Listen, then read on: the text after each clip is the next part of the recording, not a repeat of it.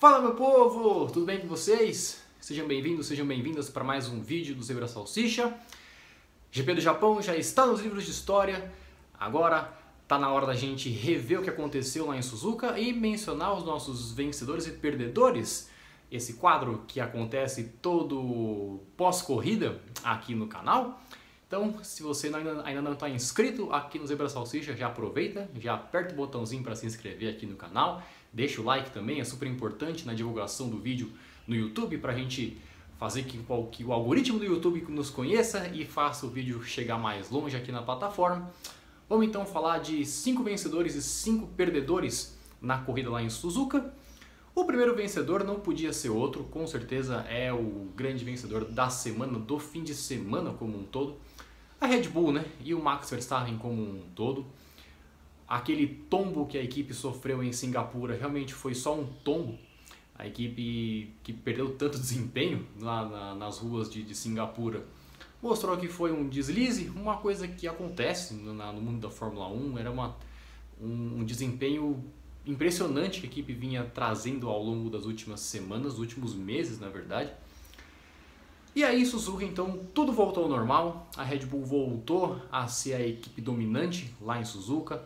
O Max Verstappen ganhou com 20 segundos de vantagem, uma diferença absurda. Ele, desde o primeiro treino livre, nas primeiras voltas da sexta-feira, ele já conseguiu imprimir o seu ritmo de uma forma avassaladora. Uma vitória massacrante da Red Bull nesse fim de semana, que conquista, né, o seu 6º título de Mundial de Construtores na sua história, o 2º consecutivo, numa das temporadas mais dominantes da história da Fórmula 1 moderna, e coloca a equipe na história com certeza. E agora, né, faltando 6 corridas para acabar o campeonato, o Mundial de Construtores já está definido, com a Red Bull sendo campeã, e no próximo Grande Prêmio, lá no Qatar, o Max Verstappen já pode faturar o seu 3º título mundial de pilotos, para então a gente finalmente encerrar esse campeonato, que já desde o começo já se sabia que a Red Bull seria a grande equipe, a força dominante em 2023. Por outro lado, e aí é o grande contraste que a gente coloca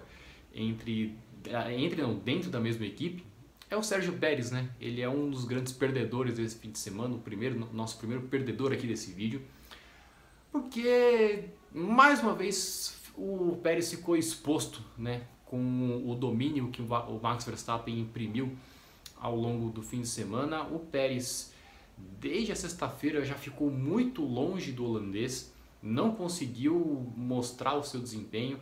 No qualifying ficou muito longe do holandês. Na corrida só fez besteira, né? Teve que trocar o bico 2 vezes, se envolveu em toques, né? Tanto com o Hamilton na largada, e depois teve aquele toque infantil no Magnussen para quebrar o bico, e aí ficou aquele tempão parado no pit lane, no box, para poder... Depois teve que servir a punição, porque a Red Bull não queria carregar uma punição para o Grande Prêmio do Qatar.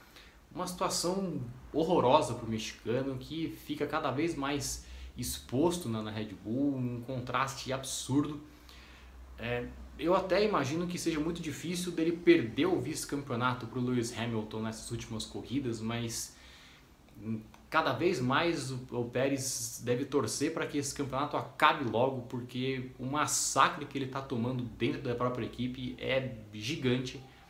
E torcer para que em 2024 ele consiga pelo menos ser um pouquinho mais competitivo, para não acontecer o que aconteceu esse ano, porque tá muito feio para o mexicano, tá bem difícil mesmo sustentar esse posto, né, dele de 2º piloto da Red Bull. O nosso segundo vencedor deste fim de semana é a McLaren, né? A McLaren fez um baita fim de semana em Suzuka. É um grande case, na verdade, a McLaren, né? Porque como uma equipe consegue evoluir tão bem o seu carro na mesma temporada, né? É muito difícil numa era de teto orçamentário, em que é tão difícil você trazer atualizações tão drásticas para o carro.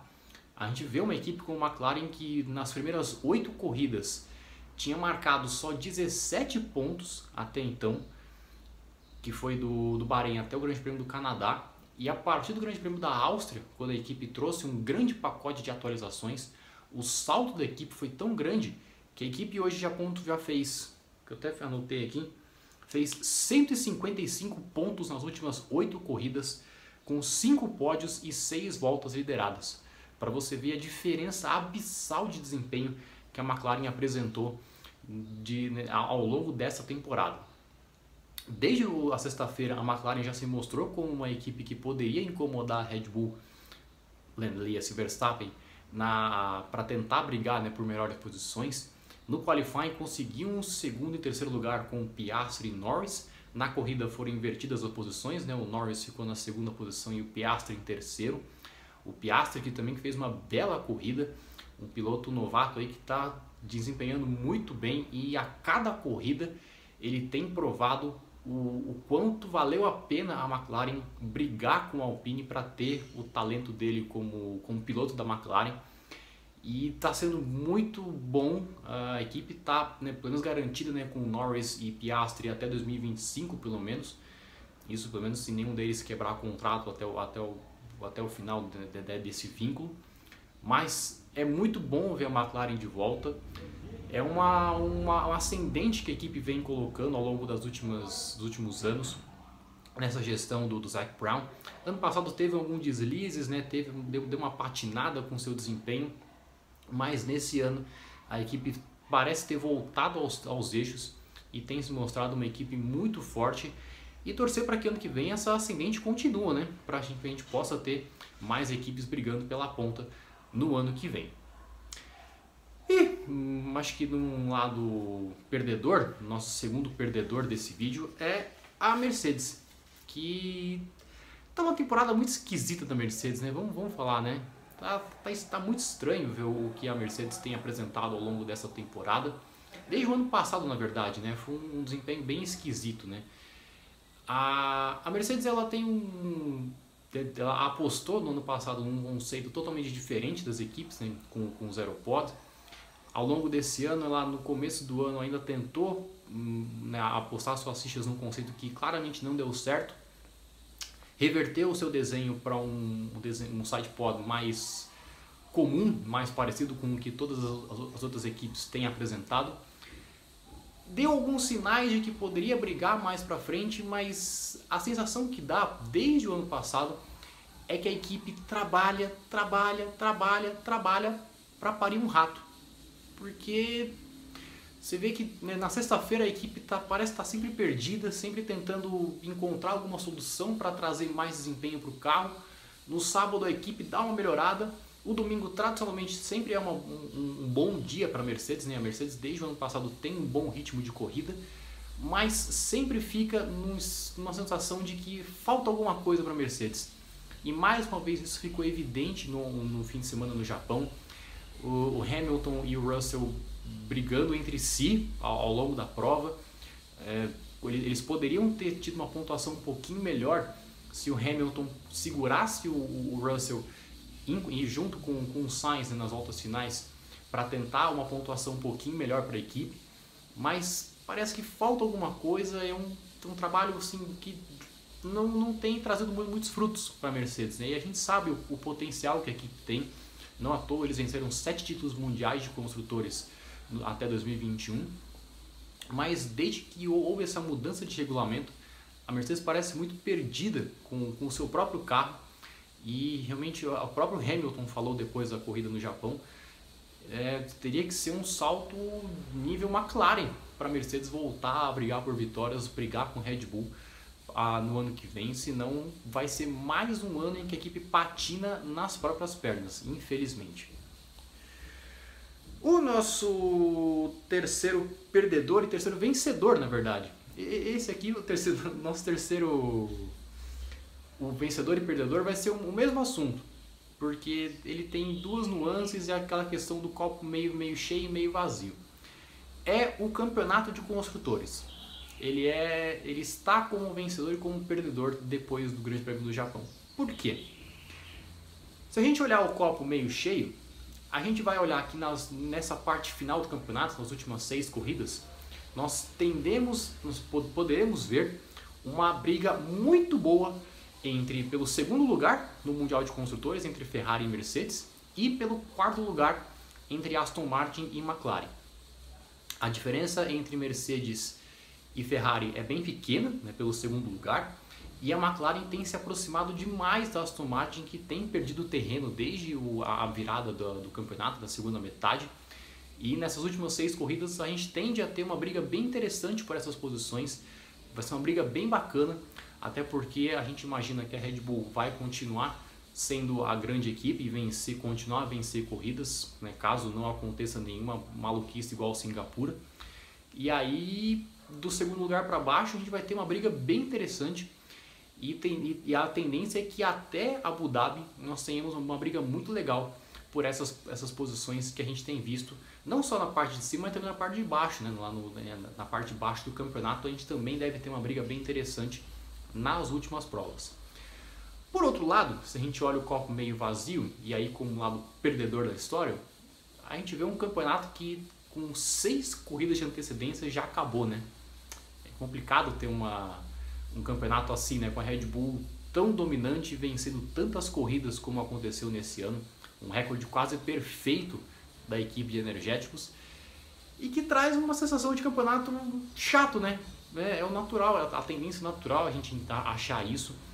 A Red Bull dominou de uma forma tão absurda o campeonato e ficou uma sensação de que, putz, poderia ter tido algo a mais, né? Acho que o GP de Singapura ele mostrou muito bem como um campeonato mais equilibrado poderia ser tão emocionante como não aconteceu, infelizmente, ao longo desse ano de 2023. O nosso quarto vencedor do nosso quadro aqui do Grande Prêmio do Japão, ele de novo ele vai estar aqui. Eu acho que desde que ele começou a correr na Fórmula 1, ele está como vencedor aqui no nosso quadro de vencedores e perdedores, que é o Liam Lawson. De novo ele vai estar aqui, porque se por um lado ele não pontuou dessa vez, né, ele acabou chegando só na 11ª posição no Grande Prêmio do Japão, ele sai como vencedor porque ele mostrou que ele precisa estar na Fórmula 1 em 2025, né? No sábado antes do Grande Prêmio do Japão, a AlphaTauri anunciou, né, que renovou os contratos do Yuki Tsunoda e do Daniel Ricciardo para 2024. Então o Lawson fica sem equipe, a não ser que aconteça alguma maluquice ele acabe parando na Williams, que acho que não deve acontecer. Mas a grande questão é que ele precisa estar na Fórmula 1 em 2025. Essa é a sensação que ele deixa ao final da sua trajetória. Ainda não se sabe se ele vai correr o Grande Prêmio do Qatar. Aparentemente é o que deve acontecer. Acho que deve ser a última corrida dele, deve ser no Qatar. E aí a partir dos Estados Unidos o Daniel Ricciardo volta ao cockpit do carro da AlphaTauri. Mas a impressão que o Lawson deixa é muito boa. E a tendência é que ele ganhe ele chame muita atenção.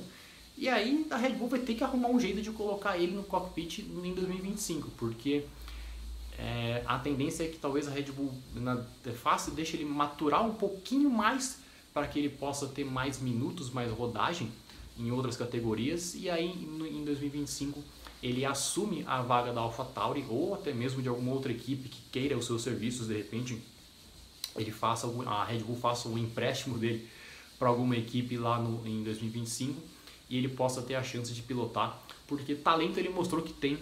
É um piloto muito rápido e consistente, né? Ele logo de cara já conseguiu bater o Tsunoda em várias corridas, pontuar com a equipe da AlphaTauri, que é um dos piores carros do grid. Então talento não falta para o neozelandês. A questão agora é só realmente achar uma vaga para ele correr na Fórmula 1. E o nosso quarto perdedor desse vídeo é a Williams, que infelizmente teve um fim de semana bem ruim lá em Suzuka. A equipe já imaginava que não teria muitas chances de pontuar dessa vez, né? Por mais que o Albon tenha feito milagres ao longo da temporada, conquistar pontos em Suzuka não seria uma tarefa das mais fáceis, mas infelizmente um abandono duplo para a equipe é ruim, para qualquer equipe, né? Não é só para a Williams. ter os dois pilotos fora da corrida tão cedo não é bom. O Albon acabou abandonando com problemas logo na largada, né? Ele foi tocado naquela confusão que teve logo na primeira curva. O Sargent fez uma corrida péssima, um fim de semana horroroso. Inclusive vou até fazer um vídeo aí nessa semana falando sobre ele e sobre essa especulação do Felipe Drugovich na Williams ao longo dessa semana. Devo postar ainda hoje ou amanhã. E o futuro dele fica cada vez mais ameaçado e a Williams tem um fim de semana bem ruim, quase para esquecer realmente lá em Suzuka. E por fim, para a gente terminar esse vídeo, o nosso quinto vencedor é também o perdedor. Realmente foi um fim de semana meio complicado de elencar vencedores e perdedores lá no Grande Prêmio do Japão, mas você aí que lutou para ficar acordado no fim de semana, no domingo, para assistir a corrida ao vivo, é um vencedor e um perdedor ao mesmo tempo, porque convenhamos, o GP do Japão não foi dos melhores. Se a gente pega a comparação com o GP de Singapura e o GP do Japão, dá uma diferença abissal. E ficar acordado no meio da madrugada para assistir uma corrida aqui foi muito estratégica, né? Teve muito componente estratégico com a questão do desgaste dos pneus. Teve até alguma outra ação na pista, mas realmente se comparar com o GP de Singapura foi bem abaixo o Grande Prêmio do Japão. E para quem ficou acordado na madrugada foi realmente um desafio muito grande. Os guerreirinhos da madrugada têm que receber os aplausos e foram vencedores e perdedores nesse fim de semana, porque realmente a corrida no Japão não foi das melhores. Ainda tem que melhorar bastante para ser uma corrida 4 estrelas pelo menos. Eu coloco o GP do Japão com uma nota 3, 3,5 de 5, porque foi bem ruinzinha a corrida lá em Suzuka. Beleza? É isso aí então. Recapitulando nossos vencedores e perdedores desse Grande Prêmio do Japão. Nosso primeiro vencedor então foi a Red Bull e o Max Verstappen. Nosso primeiro perdedor foi o Sérgio Pérez. Segundo vencedor foi o nosso querido McLaren, né? Nossa segunda vencedora foi a McLaren. Segunda perdedora, a Mercedes. Terceiro vencedor e perdedor ao mesmo tempo, o Mundial de Construtores. O quarto vencedor, o Liam Lawson. Quarto perdedor, a Williams. E quinto vencedor e perdedor, o torcedor da Fórmula 1 que ficou acordado aqui na madrugada do Brasil para assistir o Grande Prêmio do Japão. Beleza? É isso aí, então encerramos mais um vídeo aqui do Zebra Salsicha com, nossa, quase 18 minutos de vídeo. Falamos bastante hoje aqui de recapitulação desse Grande Prêmio do Japão. Esqueci de alguém? Faltou alguém ser mencionado aqui neste vídeo de vencedores e perdedores lá em Suzuka? Fala aí então nos comentários pra gente bater um papo sobre a corrida que aconteceu neste domingo. A gente volta então ainda essa semana com novos vídeos aqui no Zebra Salsicha. Não esquece então de se inscrever aqui no canal para não perder nenhum vídeo aqui do canal, ficar por dentro da Fórmula 1 aqui no Zebra. Deixa o like também, é super importante para aumentar a divulgação do vídeo. E a gente se vê então no próximo vídeo e no próximo momento. Fechou? Obrigado, minha gente. Aquele abraço. Valeu!